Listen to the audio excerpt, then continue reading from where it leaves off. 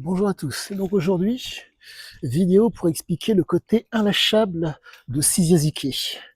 Il s'avère que là, je suis donc dans la lecture de La Ferme d'Éden et je ne dirai qu'une seule chose, proprement fantastique.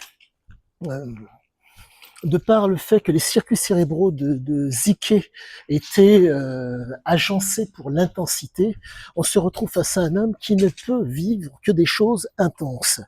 Euh, il faut comprendre que cette intensification est amplifiée dans son cas par rapport au fait que c'est lui qui dirige, par rapport au fait que ça soit aléatoire, par rapport au fait que il n'y a que, pardonnez-moi, ça soit aléatoire, que, misère, j'en perds mon français, et qu'il soit à la commande. Nous sommes réellement face à un homme qui fait acte de pleine conscience. Il a d'abord eu, si je puis dire, la conduite, cas, un comportement et à la suite de ça une conduite, pour que le propos soit d'autant plus visible. Lorsque le père fumait le cannabis, il a, si je puis dire, stimulé et activé les, le comportement.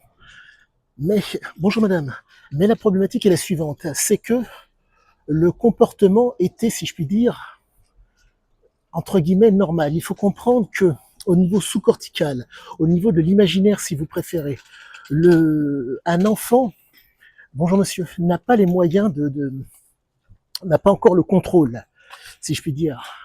Il est, entre guillemets, en phase d'apprentissage, et encore. Mais cette phase d'apprentissage est fonction généralement de ce que les adultes vont donner. Pour faire simple, si vous donnez des aliments transformés aux enfants, la problématique, c'est que l'âge adulte venant, il y a de fortes chances que les enfants apprécient la junk food. Dans le cas de cet homme, ce qui a été proprement exceptionnel à mes yeux, c'est qu'on se retrouve avec un type qui a fait un choix, et encore un choix. Les gènes étaient agencés de telle façon que ce choix s'est imposé à lui. Il faut comprendre que cette chose qui est fondamentale pour ne pas passer à côté. Il y a certes une stimulation, il y a une activation et il y a aussi une réponse. Tout est fonction d'un triptyque. Un père, une mère, excusez-moi, et l'enfant qui peut en découler, ou pas. Et donc, dans le cas présent, ce fameux triptyque de la stimulation, de l'activation et de la réponse s'est présenté pour lui. Et ça donne quelque chose, mais que, comment vous dire, qui est extrêmement plaisant et qui me permet de vous dire que c'est extrêmement difficile quand on est agencé sur le plaisir. Bonjour, bonjour. Quand on est agencé sur le plaisir et non sur l'apprentissage et non sur la motivation, de pouvoir sortir de ce type de circuit pour que ça soit d'autant plus visible. Il y a différents circuits.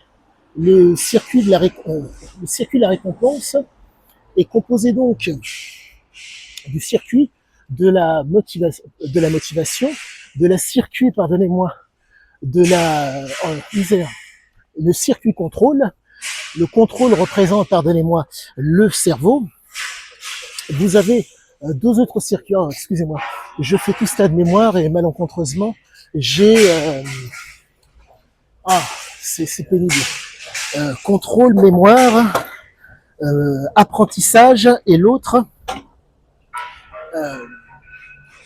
contrôle, mémoire, apprentissage et voilà. Et la problématique est la suivante, et volonté. Tous ces circuits sont médiés, s'interpénètrent. La problématique est la suivante, c'est que lorsque l'addiction intervient, lorsque certains circuits sont hyper sollicités, ou pardonnez-moi, sont stimulés et qu'ils sont sensibles, la stimulation fait que la motivation, elle passe de côté. L'apprentissage devient secondaire. Il n'y a que la recherche de plaisir. Et donc, nous sommes face à un homme qui était agencé de telle façon que il n'y a que le plaisir qui prenait le pas sur tout le reste. Et donc, pour reprendre ces mots qu'il avait tenus dans Zike, Zike, gentilhomme de fortune, il expliquait que la récompense, le produit en lui-même ne l'intéresse pas, c'est de vivre des choses. En un mot, la fameuse intensité. Et là, force est de constater que tout se tient.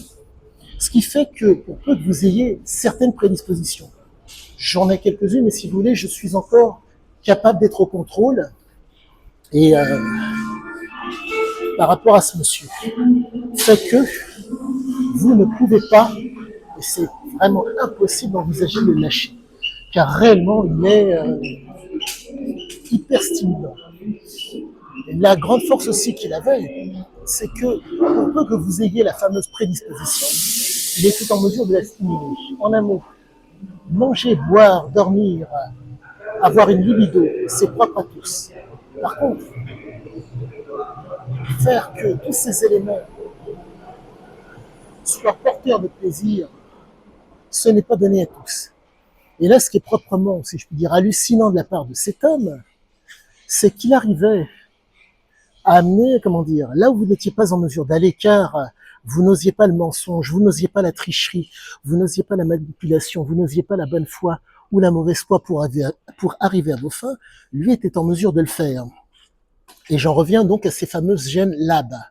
Les gènes LAB font que le taux d'adrénaline est extrêmement bas, ce qui veut dire que pour pouvoir espérer avoir du plaisir, il faut à tout prix que la noradrénaline soit activée, donc il y ait une intensité. Et ça donne toute la mesure de cet homme par rapport ça donne toute la mesure des mots de cet homme par rapport aux actions dont il parle.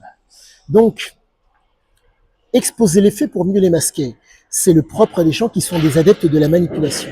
Mais, je pense que ne pas m'induire en erreur et ne pas vous induire en erreur. Quoi qu'il en soit, je vous souhaite à tous une excellente fin de journée et je vous dis à bientôt pour la suite.